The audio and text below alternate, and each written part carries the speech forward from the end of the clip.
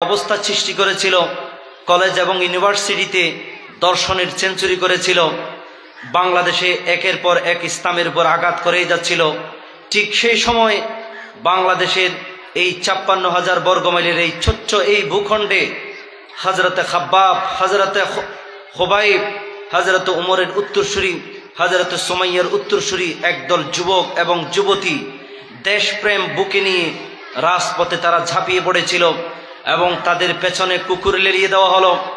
তথাকথিত ফ্যাসিস্ট সরকারের পুলিশ বাহিনী, পেটুয়া বাহিনী তাদের পেছনে লেলিয়ে দেওয়া হলো। অসংখ্য ছাত্রছাত্রী এবং অসংখ্য যুবক ভাই বোনেরা শহীদ হলো, শাহাদত বরণ করলো। তাদের রক্তের বিনিময়ে, তাদের শাহাদতের বিনিময়ে আল্লাহ তাআলার সহযোগিতা নিয়ে আমরা দ্বিতীয়বার বিজয় ছিনিয়ে এনেছি, আলহামদুলিল্লাহ বলেন। এই জন্যে দ্বিতীয়বার, প্রথমবার এবং দ্বিতীয়বার স্বাধীনতা সার্বভৌমত্বকে রক্ষার জন্যে যেই সমস্ত শহীদ ভাইয়েরা, যেই সমস্ত নর এবং নারীরা, যেই সমস্ত শিক্ষার্থী ভাইয়েরা নিজের জীবনকে বিসর্জন দিয়েছেন, who laid down their lives so that we can stand among all the nations, সারা বিশ্বের জাতিগুলির মধ্যে আমরা যাতে মাথা উঁচু করে দাঁড়াতে পারি, এই জন্যে যারা স্বাধীনতা সার্বভৌমত্বকে রক্ষার জন্য যারা জীবন দিয়েছেন সেই সমস্ত বীর শহীদদেরকে আমরা সেলিউট জানাই। কি জানাই? তাদের রুহের মাগফিরাত কামনা করি, তাদের জন্য দোয়া করি। আল্লাহ তাদের সকলকে জান্নাতের সবুজ পাখি বানিয়ে দিক, তাদের সকলকে জান্নাতের মেহমান বানিয়ে দিক, সকলে বলুন আমিন। এই জন্যে আমি একটি দেশাত্মবোধক গান দিয়ে শুরু করছি, যেটি আমি এডিট করেছি। আমরা চলুন গুনগুন করে সেই দেশাত্মবোধক গানটি, দেশপ্রেম বুকে নিয়ে আমরা গুনগুন করে গাই। এক সাগর রক্তের বিনিময়ে বাংলার স্বাধীনতা আনলে যারা, আমরা তোমাদের ভুলব না, আমরা তোমাদের ভুলব না। দুঃসহ বেদনার কণ্ঠক পথভি, শোষণীর নাক পাশ চিড়লে যারা, আমরা তোমাদের ভুলব না, আমরা তোমাদের ভুলব না। কিন্তু অত্যন্ত পরিতাপের বিষয় হচ্ছে এখানে কিছুটা শিরক আছে। কি আছে? এখানে কিছুটা শিরক আছে, আল্লাহর একত্ববাদের সাথে সরাসরি সাংঘর্ষিক কিছু কথা আছে, কিছু কন্ট্রাডিকশন আছে। আমি এডিট করেছি, আমি এডিট করে এটা নতুন রূপে সাজিয়েছি আজকে সকালেই। চলুন নতুন করে যে এডিট করেছি, সাজিয়েছি, সেটি আমি আবার আপনাদের সামনে পেশ করছি। এক সাগর রক্তের বিনিময়ে বাংলার স্বাধীনতা দিলেন যিনি, আল্লাহ তোমাকে ভুলব না, আল্লাহ তোমাকে ভুলব না।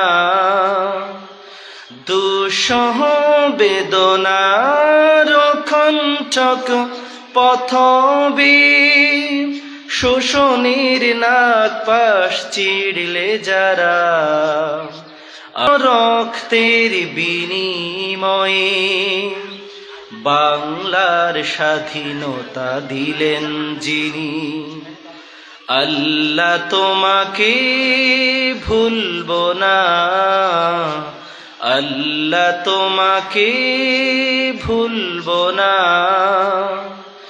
দুঃসহ বেদনার কণ্ঠক পথবি, শোষণীর নাক পাশ চিড়লে যারা, আমরা তোমাদের ভুলব না, আমরা তোমাদের ভুলব না। সুবহানাল্লাহ পড়েন। আমাদেরকে বিজয় দিয়েছেন কে? এই জন্য আল্লাহ তাআলাকে থ্যাঙ্কস জানানোর দরকার আছে না নাই? যুবক ভাইদের শুকরিয়া করার দরকার আছে না নাই? আল্লাহর হাবিব বললেন, মাল্লাম ইয়াশকুরিন নাস লাম ইয়াশকুরিল্লাহ, যে মানুষের শুকরিয়া আদায় করে না সে আল্লাহর শুকরিয়া আদায় করে না। এই জন্যে আজকের এই 16 ডিসেম্বর ঐতিহাসিক এই বিজয় দিবসে শ্রদ্ধার সাথে স্মরণ করছি 1971 সালের মহান মুক্তিযুদ্ধে যারা জীবন দিয়েছেন এবং বিশেষ করে 2024 সালের জুলাই আগস্টে যারা শাহাদত বরণ করেছেন তাদের জন্য দোয়া করি, আল্লাহ তাদের সকলকে কবুল করুক, সকল বলুন আমিন। যুবকদের জন্য দোয়া করবেন, যুবকরা যাতে সার্বক্ষণিক বাংলাদেশের স্বাধীনতা সার্বভৌমত্বের পাহারা দিতে পারে। কিন্তু একটি ইতিহাস আপনাদেরকে বলে যাই যে আমাদের এই ভারতীয় উপমহাদেশে তখনই আমরা পূর্ব পাকিস্তান ছিলাম, আমরা তখনই বাংলাদেশ রূপে পূর্ণাঙ্গ অস্তিত্বে আমরা আসতে পারিনি। তখন থেকেই এই উপমহাদেশের এই পূর্ব পাকিস্তানের স্বাধীনতা সার্বভৌমত্বকে রক্ষার জন্য এক শ্রেণীর যুবক ভাইয়েরা প্রাণ দিয়েছিল। 1952 সালে ভাষা আন্দোলনে যুবকরা প্রাণ দিয়েছিল। কি আন্দোলনে? ভাষা আন্দোলনে। এরপরে 1962 সালের শিক্ষা আন্দোলনে। এটা কি শুরু করছে? আপনারা এদিকে যান কেন? আপনারা এদিকে কেন যান? এই পথটা ক্লিয়ার রাখবেন,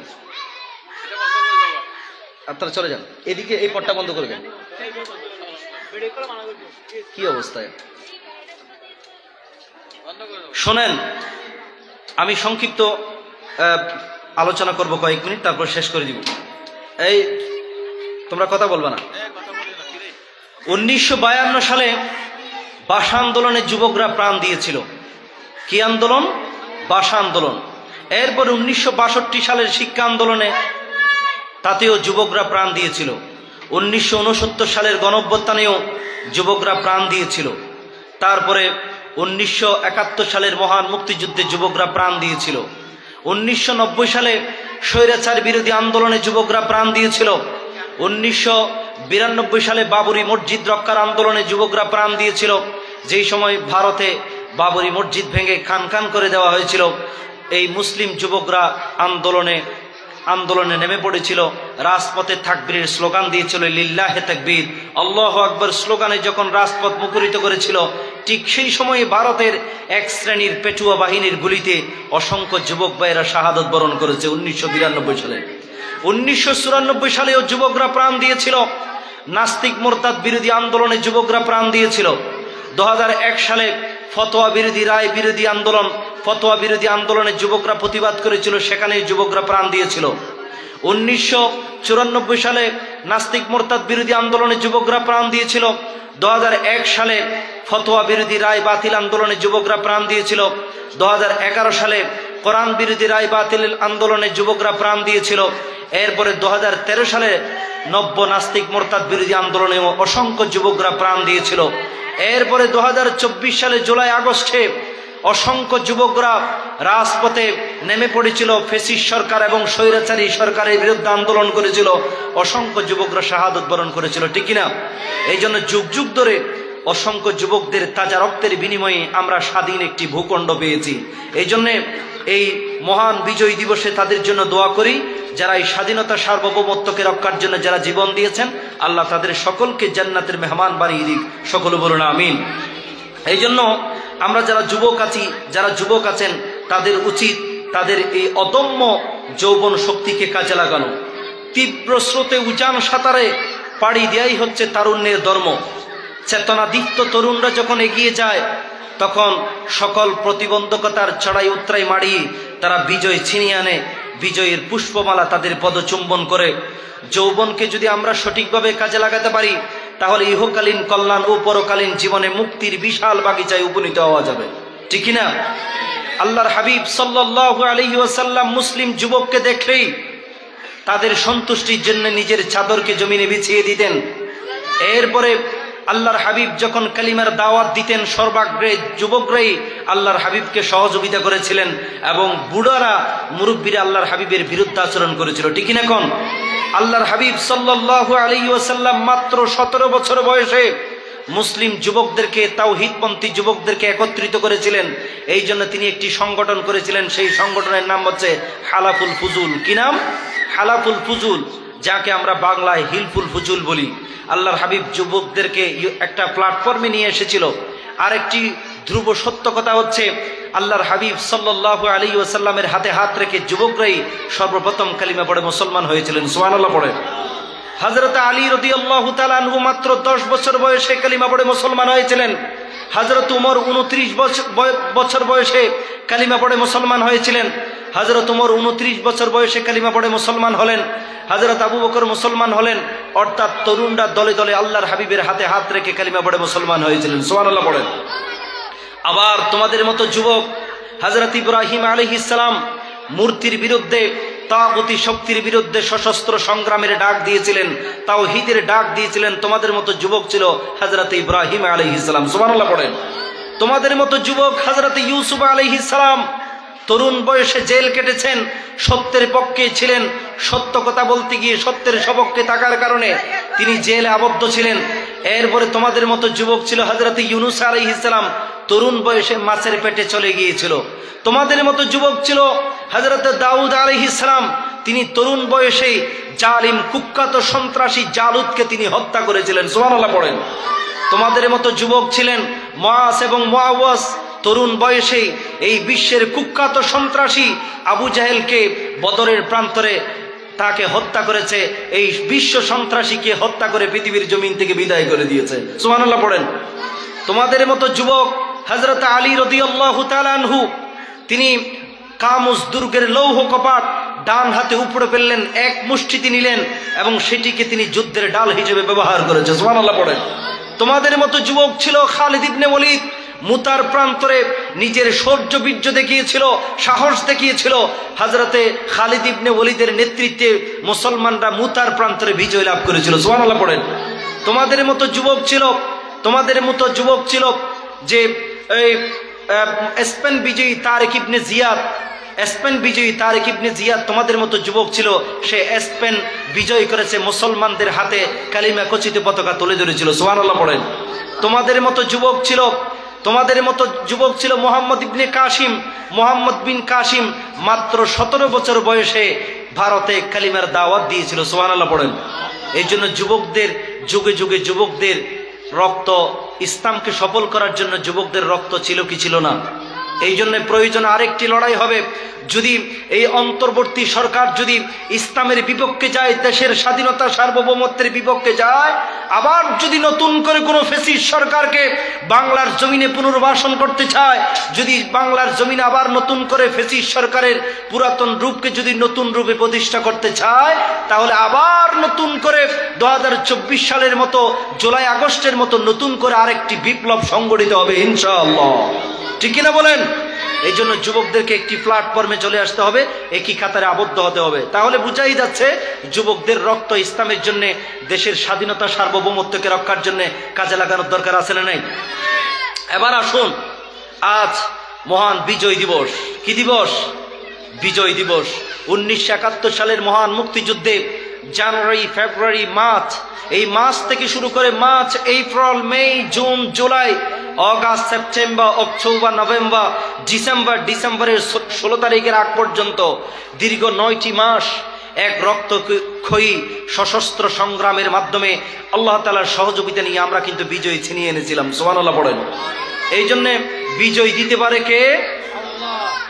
এক নদী রক্ত পেরিয়ে বাংলার আকাশে রক্তিম সূর্য আনলে যারা, তোমাদের এই ঋণ কোনদিন শোধ হবে না, না না না, শোধ হবে না।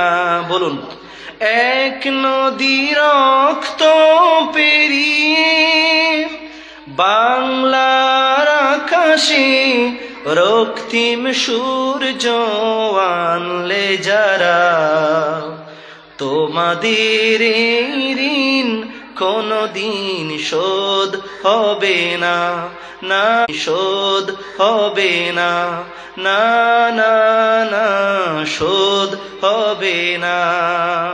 সুবহানাল্লাহ পড়েন। রক্ত দিয়েছেন কারা? এই দেশের দামাল ছেলেরা। এই জন্য তাদের জন্য দোয়া করার দরকার আছে না নেই? আমাদেরকে বিগত 16টি বছর আমাদেরকে যুদ্ধাপরাধী বলা হতো, রাজাকার বলা হতো, স্বাধীনতা বিরোধী বলা হতো। কয় মোল্লারা ইসলামের পক্ষে নাই, তারা স্বাধীনতার সপক্ষে নাই। মোল্লারা স্বাধীনতার সপক্ষে না থাকলে দেশাত্মবোধক গান গেয়েছি দেশপ্রেম ছিল বলেই। আল্লাহর হাবিব সাল্লাল্লাহু আলাইহি ওয়াসাল্লাম বলেছেন, হুব্বুল ওয়াতানি মিনাল ঈমান, দেশকে ভালোবাসা এটি হচ্ছে ঈমানের অঙ্গ। সুবহানাল্লাহ পড়েন। আমরা স্বাধীনতা বিরোধী নই, আমরা যুদ্ধাপরাধী নই, আমরা স্বাধীনতার সপক্ষের শক্তি, স্বাধীনতার সপক্ষের বিজয়ী শক্তি সপক্ষে আমরা আছি। সুবহানাল্লাহ পড়েন। তাহলে আসুন আজকে আমরা বিজয় দিবস কিভাবে উদযাপন করব এই সংক্রান্ত কিছু দিক নির্দেশনা আমরা কোরআনে কারীম থেকে নিব, আল্লাহর হাবিব সাল্লাল্লাহু আলাইহি ওয়াসাল্লাম থেকে নিব। সুবহানাল্লাহ পড়েন। শুনেন, আমাদের কর্মসূচি, রাসূলের কর্মসূচি আর আমাদের কর্মসূচির ভেতরে পার্থক্য আছে না নাই? আমরা বিজয় দিবস পালন করি হারমোনি দিয়ে, তবলা দিয়ে, সারে গামা পাদানি, সারে গামা পাদানিশা বাবু কালু, আছে না নাই? সারে গামা পাদানিশা বাবু কালু লেফলিট করে, তারপরে ওই কবরে ফুল দিয়ে 1 মিনিট নীরবতা পালন করে আমরা বিজয় দিবস উদযাপন করি। আসলে আল্লাহর হাবিব কি করেছিলেন জানার দরকার আছে না নাই? তাহলে হারমোনি দিয়ে, তবলা দিয়ে, বেহালা দিয়ে, সারেগামা পাদানিশা দিয়ে, উলঙ্গ নৃত্য দিয়ে এই বিজয় উদযাপন করলে এই শহীদরা কি কোনো সওয়াব পাবে? শহীদদের কবরে কি কোনো সওয়াব যাবে? আমরা বিজয় দিবস নৃত্য দিয়ে, গান বাজনা দিয়ে, অশ্লীল নৃত্য দিয়ে বিজয় দিবস উদযাপন করি বিদায় আমাদের বিজয় টেকসই হয় না। আমাদেরকে বারবার বিজয় করা লাগে, ঠিক কিনা করেন? ভূখণ্ডকে বারবার বিজয় করা লাগে। কিন্তু আল্লাহর হাবিব বিজয় দিবস কিভাবে উদযাপন করেছেন তার দরকার আছে না নাই? আল্লাহর হাবিব বিজয় দিবস উদযাপন করেছেন সালাদ দিয়ে। সালাদ মানে কি? ওই যে ফলকে কুচি কুচি করে যেটা আমরা খাবারে ব্যবহার করি, ওই সালাদ না। কিন্তু সালাদ মানে হচ্ছে নামাজ। সালাদ মানে কি? নামাজ। আমরা সালাদ দিয়ে বিজয় উদযাপন করব, আল্লাহর হাবিব তাই করতেন। আমরা তাসবিহ দিয়ে বিজয় উদযাপন করব, আল্লাহর হাবিব তাই করতেন। আমরা আল্লাহর কাছে ক্ষমা প্রার্থনার মাধ্যমে বিজয় উদযাপন করব, কারণ এই ক্ষমা প্রার্থনার মাধ্যমে বিজয় উদযাপন করেছিলেন বিশ্বনবী মুহাম্মদুর রাসূলুল্লাহ সাল্লাল্লাহু আলাইহি ওয়াসাল্লাম। চলুন